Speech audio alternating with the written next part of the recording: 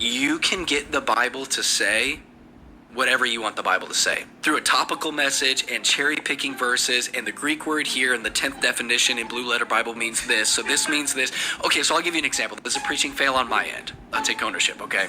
You remember Joseph's thrown into the pit in the book of Genesis, and do you guys remember who pulled him out of the pit? It was actually Judah that went down into the pit and pulled Joseph out. And so here's my message, right? Because Judah means praise. It was, if you're ever in a pit in your life, sometimes the only thing that can pull you out is praise. If you're feeling low, praise. Which is like, powerful thought, biblical thought, overarching. Here's the problem. Praise does not then go on to sell you into slavery. So it's like Judah takes him out of the pit, but yet then he sells him into slavery and takes some money for it. So it's textually irresponsible for me to take that verse and say praise is going to pull you out of the pit. Just find a text that says that. This is one of the reasons why further study beyond what the pastor says is critical in your process of deconstructing, but even in your process of being a Christian itself, if you're going to remain one. I actually can respect this pastor for his thought process, for recognizing that pastors, Christians, cherry pick verses in order to make them say whatever they desire for them to say. Now, I'm going to take what he said and move it even further, allow you to ride in that lane that he created for a little bit longer. Because if we just look at this name, Judah, and it's meaning praise or thankful or being thankful, Judah is in the Bible more than just the one time that he helps his brother, that he gets his brother out of the pit and then sells him out into slavery. But Judah is the same person who was born as the fourth son of Leah. When Leah and Rachel were having this baby race to win the affections of their husband, Leah, of course, was always in the back end because she had a lazy eye. Jacob did not want her. He was tricked into marrying her. So she always wanted the affections of her husband. She bore him out more sons than Rachel did. So her attempts to win his affections continued. And as she had her fourth son, she called him praise. Now, many apologists will then say, well, she started to realize that the praise of her husband wasn't the praise that she was looking for, and she named him Judah to her praise of God, and recognize that God's praise and God's love is the love that you desire. And that is how pastors will extrapolate the fact that she named him Judah. But to name him Judah, as far as him praising the Lord, this Judah is the same Judah that goes on to have two sons, well, three sons. One son being Onan, the other son being Of course, the Bible says that was married to Tamara, and Tamara and did not have a son. And God saw that was wicked and he killed him for no reason. We have no idea what wickedness he was participating in. According to Levitical law and Levitical marriages, Onan, his younger brother, since no child was bared from Tamara, had to marry his sister-in-law. Onan, in order to provide a son for him, and that son would carry on the bloodline of And we know biologically this does not function in this manner. But Onan was not having that at all. So he was jizzing on the floor.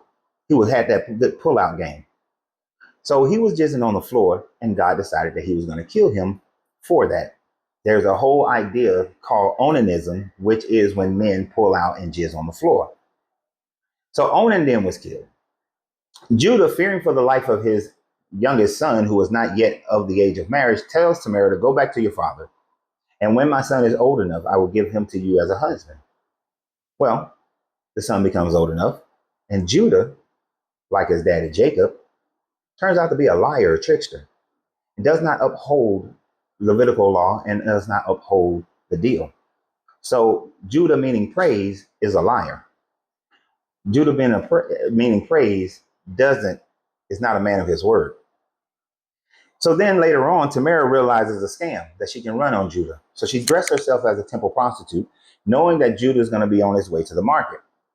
Judah, feeling a little froggy, When he sees Tamar as a temple prostitute, he goes and has sex with her and says that I don't have the goat to pay you right now, but on my way back, I'm going to pay you. And she said, well, give me some trinkets. So he gives his staff to her and another trinket. And he says, okay. And on his way back, he sends a man with the goat or whatever, the goat or the sheep. And she's not there. And the men who were there were like, there's never been a temple prostitute here. So now Judah believes that he got him some free poom poom without having to pay for it. And he's fine with that. Fine with getting some free poom poom from the prostitute. It is then when Tamar is discovered to be pregnant that Judah becomes enraged and wants to have her stoned because she has been unrighteous, unfaithful. She has broken. She is a transgressor. And when he pulls her out into the middle of the courtyard and says, who is the father? You are going to be stoned. You have broken Levitical law. She then pulls out his staff and he's like, oh shit, I done got caught. This woman is more righteous than me. The woman who dressed up like a prostitute to trick her father-in-law into having sex with her is now more righteous than the lying non-man of his world prostitute think he got some free poom poom, the John that he is.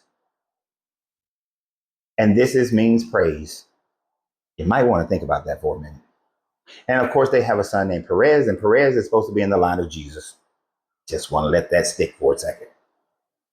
Now, the other Judah that you may not even realize is named Judah is Judas Iscariot. Yes, Judas Iscariot, the one who betrayed your Jesus, whose name is now have a negative connotation to him. And immediately you might say, well, there's a difference between Judah and Judas. Yes, there is. The difference is in the Hebrew, the name is Judah. In the Greek, the name is Judas. And just for reference, in English, the name is Jude. We'll get there. So Judah, whose name means praise, is the one who betrayed Jesus. Judas, whose name means praise, is the one who wanted to make sure they collect more money. Judas, the one whose name means praise, took a bribe from the Pharisees. Judah, the one whose name means praise, is the one who then committed suicide. Judah, name meaning praise, has absolutely nothing to do with any teachings that you can come up with that would utilize this name in a positive light, that would be in reference to him meaning praise. You do not see the character of a person who means praise. At least Jude, who is the brother of James, who then would also be the brother of Jesus, wrote an epistle that talks about salvation, that condemns you living a lifestyle that is outside of the belief of Jesus and the belief of this God. But in every other aspect, the name Judah has so many negative connotations that goes against what the name means. Therefore, when pastors try to correlate the name, the meaning of a name to the actions of a person, what they do is pick and choose what parts of that person's life that they want to make fit into the story. And this is why you cannot trust what somebody is teaching you without you going back and doing your own checks and balances. These are the things, the methodologies, the thought processes that help me to deconstruct from this Bible, and that should be helping you to deconstruct from this horrible religion called Christianity and this horrible Bible and the falsehood of having a relationship with the deviance that occurs within this Bible and within these beings, these literary characters in the Bible in full and totality.